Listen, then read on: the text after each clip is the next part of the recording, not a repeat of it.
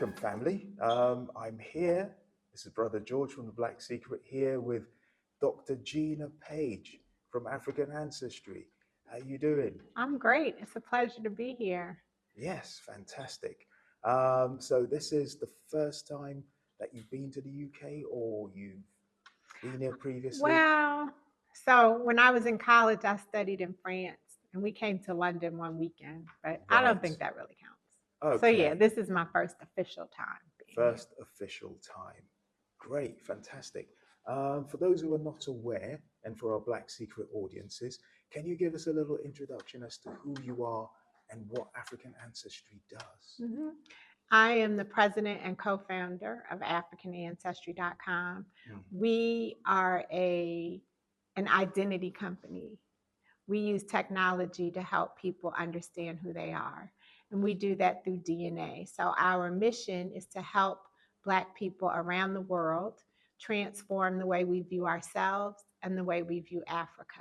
Right. And we do that by using DNA to reconnect the diaspora to the specific present day African countries and ethnic groups that we share ancestry with. Right. Okay. Now there are many different sort of like DNA sort of like companies out there, but you guys are a little bit different. I know you mentioned a little bit about that. Could you give us specifically Sure. what's different about African Ancestry compared to, you know, the others? Yep. So African Ancestry is the pioneer of genetic ancestry tracing for Black people. So we've been in business long before there was an Ancestry DNA or 23andMe. There was one company out of the UK called, I think it was called Relative Genetics. They were in business when we started. But none of these DNA companies were interested in helping Black people with the question of identity. And we have a unique position because we are the original victims of identity theft. Right. And so we don't know our names, our languages, our ancestors, our families. And so African Ancestry is different, one, in our mission. We use single lineage testing. So we trace one branch of the family tree at a time to get very specific, like I said, to a country and a group. We are the only Black-owned company in the industry. We have the largest database of African genetic lineages in the industry. So our closest competitor might have 1,500, 2,000 African lineages. We have over 30,000. And what kind of difference does that make? Because that's quite a huge difference. So the size of your database impacts the specificity of your results. So all of this work hinges on taking one DNA sequence and comparing it to another. Right. Well, if you have 1,000 to compare it to, then you're only going to have 1,000 choices of an outcome or of a result. But when you have 30,000, you have 30 times more chances to get an answer. And so that's the way I could explain it most simply. Yeah. Also, it depends on how different the samples in your database are. So our data comes from 35 countries on the continent, mostly West and Central Africa. That's intentional because the question we're answering is, where were my ancestors before the transatlantic slave trade? Right. And we know, as does everyone who is part of the Black Secret Education Project, that our ancestors primarily came from West and Central Africa. Yeah. The other way that we're different is that we don't sell or share our customers' DNA. Right. Now, that was news which you shared with us and our various partners as well. I thought, on the one hand, I'm not surprised that business moves that way, that, you know, other firms are doing that. On the other hand, it is a bit shocking that, you know, people are taking advantage of what is really people celebrating finding out about their ancestry from whatever background they are, and yet the information is utilized and used in this way without their knowledge. Yeah. Well, there are terms and conditions, and you can opt out, but nobody reads the terms and conditions. Right. And so it's not really without people's knowledge. They could know, they just choose not to read and be informed. Right. The interesting part about being a Black-owned business in the industry is that the same people who don't read the terms and conditions of the other companies scrutinize ours. Okay. But, that's just a function of how we operate Well, one as day Black our consumers. ice will be as cold as the others. It already is. Yes. But people will recognize that. Yes. You mentioned that your database in terms of like your samples in Africa are far more extensive than the others. I know your partner is Dr. Rick Kettles. Mm-hmm. He's the scientific side of this. How long did it take to establish such an extensive database? How much work was involved with that? So Dr. Kittles, who is our scientific director, he collaborated with researchers across the continent to collect DNA from people on the continent. At that time, it was blood. They were collecting blood. Right. Because we've been in business 20 years, and he had been collecting the DNA for 12 years before that. Right. So it took quite a long time for him to compile to compile a significant size database, and then to test it to make sure that the results that we were giving were accurate. Right. So it was like 12 years in the making before you even launched the company as such. Wow. That's amazing. That's real dedication there. But the company it's been running for 20 years. So it's 20 years of actually helping people connect them back to their African roots. Yeah. That is a real milestone and a real success. How does it feel to accomplish that milestone? Exhausting. Okay. It feels, I'm certainly proud of it. The average, at least in the United States, the average business small business doesn't last 3 years. So when you make it to 3 years, you've done something. When you make it to 5 years, you've defied the odds. When you make it to 10 years, you continue to defy the odds. So we're in a very select minority of companies, Black-owned or even non-Black-owned, that have reached this milestone. And so that is definitely something to be proud of. Absolutely. We're very small. So I feel like I felt every single one of those 20 years. So that's why I jokingly said exhausting, because we have met with resistance every single year. Like it never gets easier. Can you elaborate on what you mean by resistance? In what form does that take? Sure. So when we first started, no one else was doing this. There were other people studying the genetics and ancestry, but they weren't studying Black people. Right. And so the scientific community kept demanding that we share our database. Okay. But that's not how business works. No. You don't share your core competency. No. And so my business partner, as a geneticist, met with a lot of criticism and from the majority scientific community, who was trying to do the work but couldn't. Right. So it's not like they didn't believe it was possible. They just didn't want him to be able to accomplish it. Right. So that's some resistance. Then there's the resistance from Black people, because imagine 20 years ago, we're talking about 2003, DNA was not used in any positive way for us historically. Right. I'm sure you all have studied things like the Tuskegee experiment, or even, the present day focus on Henrietta Lacks and how her genetics have been used and how she was abused. Yes. And we all benefit from that today. And the family, until recently, had not ever been compensated. And so the only positive things we would see were when people were incarcerated, people were exonerated based on DNA. So it wasn't familiar. So there was resistance from Black people, like, I'm not giving you my DNA. So there's that.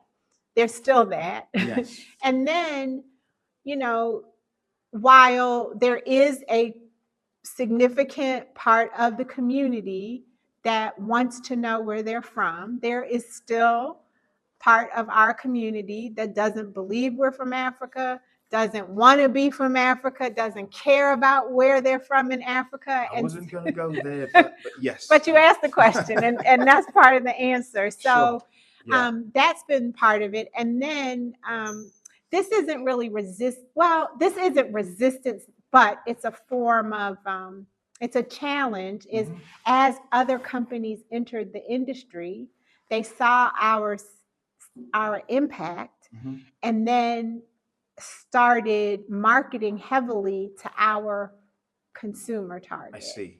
Even though they don't give the same information. So because they have more money, because they were well-funded and still don't have to be profitable, they've never turned a profit, they've been able to control the narrative about what's important and what you should want to know as a Black person about who you are. And so that has created a form of resistance because their tests are less expensive. Okay. And so our customers want to know why our test costs so much, when our test is completely different, when those companies are basically offering selling the tests as loss leaders. They're not making any money off of those tests. Really? They're making money off of the research and sale of your DNA that you give them. Wow. When you spend $99 or whatever, $129 with them. And so that all of those factors have made it very difficult as a small business to compete. However, having said all of that, we're still here after 20 years. And so what that says to me, when you ask how does it feel, I have come to the conclusion that we are very clearly doing the ancestors' work, and that they want us to know who they are. And so they're making a way for us to continue to serve our community. Wow. Yeah. Yeah. I think the work that you're doing is fantastic. Obviously, with the Black Secret, our focus on history, there's a lot of connectivity there. But I just want to ask you, it's been 20 years. This is the 20-year tour. You're in the UK. We're actually in the V&A at the moment. But last week, we had the London UK leg of the African Ancestry tour. Now, we knocked it out the park. It was a full house. London represented. Yes. You know, we had a blast. We had a real celebration. I just want to ask you, obviously you've been traveling all over the world, different countries, different continents. What has been the highlights of this tour so far? And have there been any surprises? Ooh, no one's asked me that question yet. So let's see. Okay, so I can answer that. One of the highlights has been seeing the community excited in real time, in person, about the work. Right. So we send tests out. It's rare that we get to meet the people who are part of the African Ancestry family. Yeah. And so that has been a highlight, because when you throw an event, you don't ever know if anyone's going to come. The majority of our events are free. And so with a free event, you're really even less comfortable with how many people will. So to have full houses every time we've been in a city has been heartwarming. Wow. Another highlight has been when people come to the events, and it even happened here in London, with their certificate of ancestry or with their letter, to see how important this is to them. Like, we know it's important, and we have our own ideas about what it means, but to actually see it is very humbling. Yeah. And then I would say another highlight is just that we have, this isn't a highlight, but the other exciting thing about it is to go to these different cities and see the same level of excitement. Wow. I've never been here, really, for all intents and purposes. I've never been here, so I didn't know what to expect. And the community here was just as welcome and opening and there were a lot supportive. of people who actually knew about African ancestry as well, you know, who were here because they knew of you. Yeah. So, you know, that the family's over here as well. Which countries did you visit? We visited Cameroon. Yeah. We visited Sierra Leone, and we visited Ghana. Oh, wow. Yeah. So in those cities, obviously, they weren't, you know, people already knew where they were from. But we did encounter occasionally people who were expats who would come together with us to celebrate and engage. And so it was important for us to travel beyond the US. The African travel is part of our African Ancestry family reunions that we do. Right, yes. But this is our first time traveling to a diasporan country. And that's important because the work we do is for Black people, and people in 67 different countries have ordered a test from us. And so when we looked at what makes sense, the majority of the people who've purchased a test from us outside of the US has been in the UK. Right. And so that's what prompted us to come here. Well, we're so glad to have you because we had a blast. And also as well, you know, talking about reactions and things that are surprising, we found out that our very own director, Danny Thompson, who's behind the camera now, is a booby. Well, you know what was surprising about that? Yeah, he had a couple of boobies. So when I asked, where do you all think he's from, before I did the reveal, I got Cameroon, I got Nigeria, I got Senegal, I got all these countries. And one person said Bioko Island. Yes. And I knew that that's what the result was. So I was like, wait, what did you say? And so that was there was actually someone there who has the same result, who could come up and welcome him and celebrate with him. Yeah, because she was also from Bioko Island as well. So, you know, it was like family. Yeah. You know, and that's what this is really all about as well. Just want to ask you as well, because on your bio and obviously on the day as well, you shared your own ancestry and lineage. How did it feel to find out? Like, because it's on both sides. Yeah. It's matrilineal and patrilineal. You are Fulani. What does that feel like to get that confirmation? Well, you know, it's. I didn't have the same experience as other people because my parents had taken the test from Dr. Kittles almost in the research phase, and I didn't know. So I came to the information a little bit differently. When I knew it, when I got it, we were in the throes of building the company. But over time, as I've told people, as I've learned more about the Fulani, as I've met people who are Fulani, I'm very proud, and it seems to make sense. I mean, you know, the Fulani are nomads.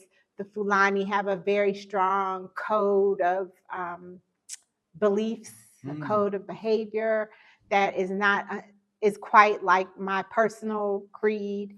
And someone told me, and I believe this wholeheartedly, that the Fulani women are the most beautiful women in Africa. So I just, you know, Controversial.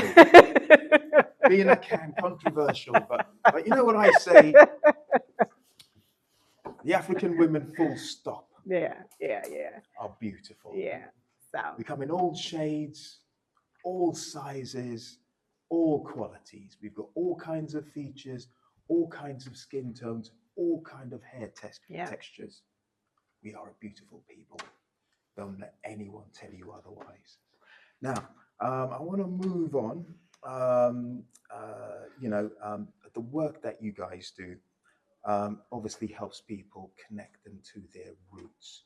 And I wanted to ask you, here at the Black Secret, we believe that history is fundamental and it makes a big difference to a person's understanding of who they are and what they believe they can do. I wanted to ask you, how do you feel about and how important is it for people to actually know their history generally and their own personal history as well? it's critical. Like Okay. it is critical that people know Black history beyond where they live. Yeah. And that they know as much about their family history as possible.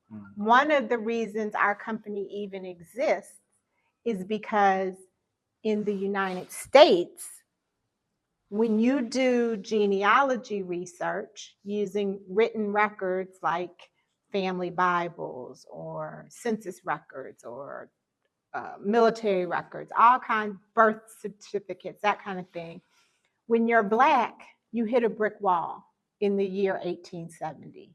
Right. Black people in America were not recorded as human beings on a federal census until 1870. Wow. And so we hit literally a brick wall. There's a brick wall right there. Yeah. And so this work exists because there is no other way to know where we come from before. And so if you don't know your grandmother, great-grandmother, great-great-grandfather's names, then you probably don't know how they contributed to their communities. You don't know how they earned a living. You don't know what skills and talents they have that live within you. Yeah. And so you don't know, there's missing information about who you are. So that's why your personal history is important, as well as your personal health history is quite important. Right. But knowing our collective history is also important because in the absence of us having our family histories, we don't know what our families did before the United States, before Jamaica, before Haiti, before Brazil. And so we are at the mercy of the educational system to teach us, and they don't want us to know. No. And so you're starting from behind the starting line when you don't know all of what has been done before you and all of what is possible because of all of that was done before you. And so it's critically important. And the work we do is a tool. It is a component of an entire set of tools available to us personally through the Black Secret Education Project, through other Black historians and scholars, to understand who we are so that we can live beyond our own expectations and our own beliefs. Yes. We're limited when we can't see what's possible. I'm on a roll now, but the last thing I'll say is that we also wouldn't have to start over, start from the beginning with so many things. We're recreating the wheel so often because we don't realize that it's already been created for us. Yes. And before I move on to the next question, about the idea of the pushback, which you were talking about, in particular about certain groups quite strongly in America who don't want to go down the DNA route because they don't believe they've got anything to do with Africa, and they try and avoid that. I think that the work that you're doing over the years, it's a long-standing thing, but I think it's helping to erode that because people have no confidence in Africa, which is one of the reasons why they don't want to be associated with Africa. Yeah. But once they start to learn and actually see that, Africa has foundation, it has high societies, civilizations, has been involved with so many inventions and discoveries, that they will start to realize that they don't have to shun Africa. And I think that the work that you're doing is very important in connecting people to specifically this group so that they can research in a more thorough way and have a better grounding and understanding. So thank you very much for the work that you do there. Thank you. You just reminded me of an elder. He took our tests maybe last year at his daughter's urging. So he's in his early 70s, lives in Georgia, in the United States, near Atlanta. And I asked him, did you think about where you were from in Africa before this test? And he said, no. Wow. I never learned one thing about Africa. It wasn't in anything I thought about, cared about. I had zero interest in Africa. Wow. But then when my daughter asked me to take this test, and now you've told me that this is where I'm from, now I want to learn more. Wow. And this is someone who's been living for over 70 years. He no interest in none. Africa. And he didn't feel bad about it. He was just like, when I grew up, when I was a child, they didn't teach us anything about Africa. Yeah. So, and we've also seen people who have tried to get their family members interested, and their family members are like, no, that's you. I don't want to. Nah, you do your thing. And then when they get the results, the family members are like, so what did you say we come from? What group did you say we come from? What country? And so it does have an impact. Yeah. It may take a long time. Yeah. It's resonating. Yeah, for sure. Yeah. And one final question. I noticed on your biography, this is something you've not mentioned, but Dr. Gina has been running businesses since she was 8 years old. This is a serial entrepreneur. Now, that's something that really interests us because at the Black Secret, we believe that there are two keys. We, as you know, focus on history and informing people in an in-depth way about the greatness of many different African civilizations.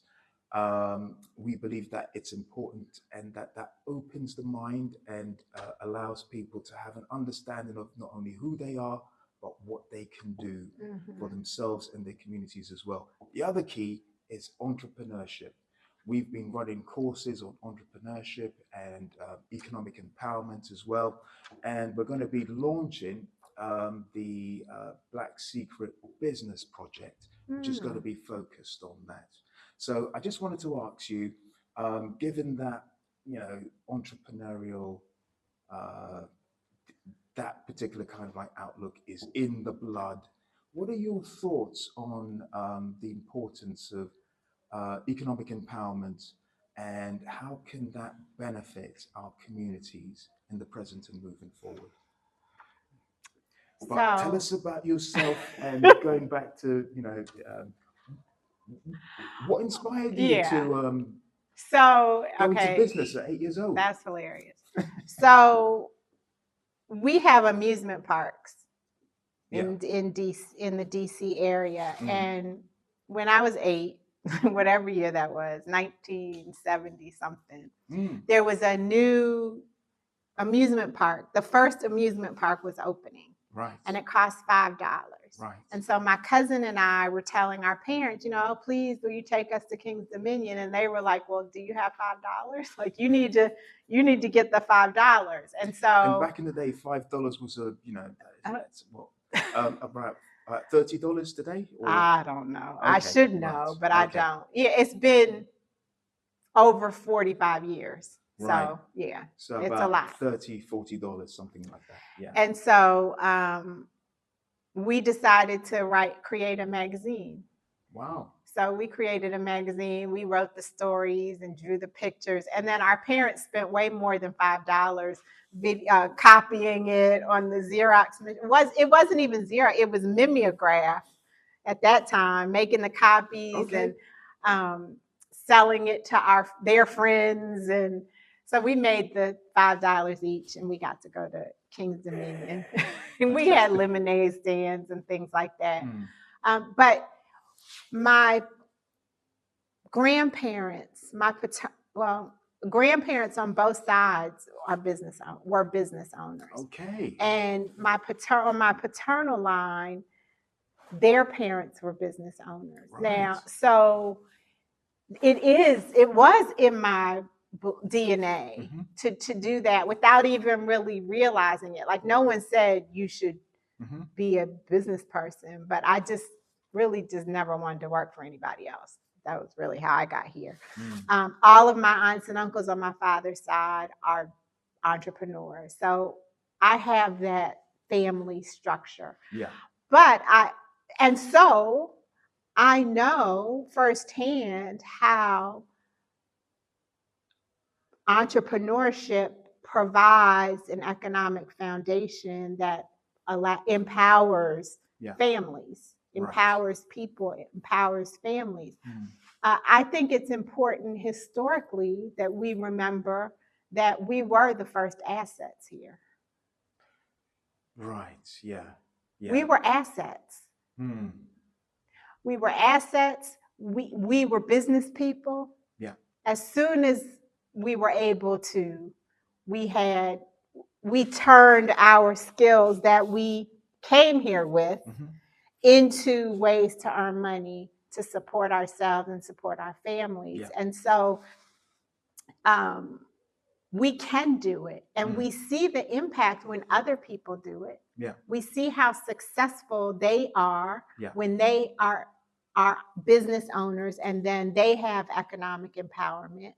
And so their models are all around us. And that's all you need to understand that it is important for us to determine our own futures. And we created everything. We certainly did. So we can sell anything, and we can create we are innovators by birth. That's just our birthright. Innovation is our birthright. And so we have to take advantage of that. Now, everyone's not an entrepreneur. No. It's not for everyone. No. But we can all play a role. There are so many people who have played a role in the success of African Ancestry as a business without investing $1. All right. So for those people who are like, nah, I don't want to start a business, then support someone else who does. So at African Ancestry, one of our core business values is to help build and support Black-owned businesses.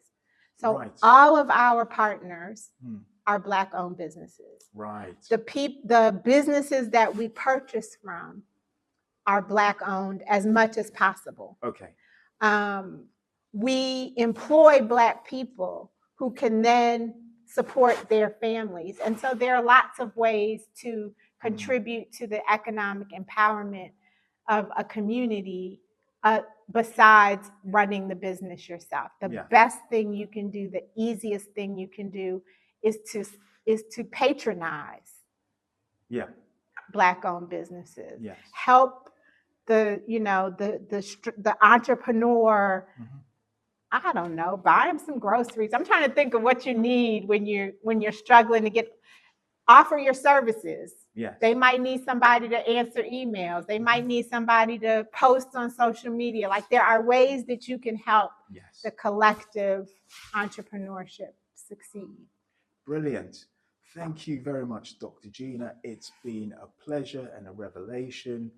And yeah, absolutely, support African Ancestry. Wow, I've had a ball this week, and I definitely enjoyed getting to know about the Black Secret Education Project and meeting the kids from the Saturday school. And so I'm looking forward to ways that we can work together in the future. I think it's a no-brainer. Yeah, absolutely. Yeah, so okay. Thank you. Thank you very much. Of course. Appreciate it.